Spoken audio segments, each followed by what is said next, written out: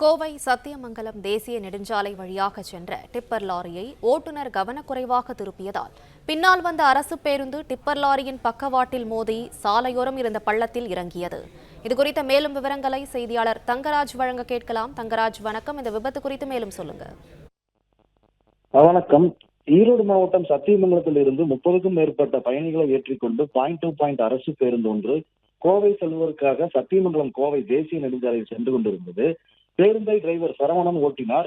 விண்ணப்பள்ளி தனியார் பாலிடெக்னிக் கல்லூரி அருகே பேருந்து சென்றபோது முன்புறமாக சென்று கொண்டிருந்த டிப்பர் லாரி திடீரென வலதுபுறம் திரும்பியதால் அரசு பேருந்து டிரைவர் சரவணன் லாரி மீது மோதாமல் தவிர்க்க பேருந்தை வலதுபுறமாக திருப்பிய போது பேருந்து கட்டுப்பாட்டை இழந்து சாலையோர பள்ளத்தில் இறங்கி நின்றது. இந்த விபத்தில் பேருந்தில் இருந்த பயணிகள் அனைவரும் அதிர்ஷ்டவசமாக காயமின்றி உயிர் தப்பினர்.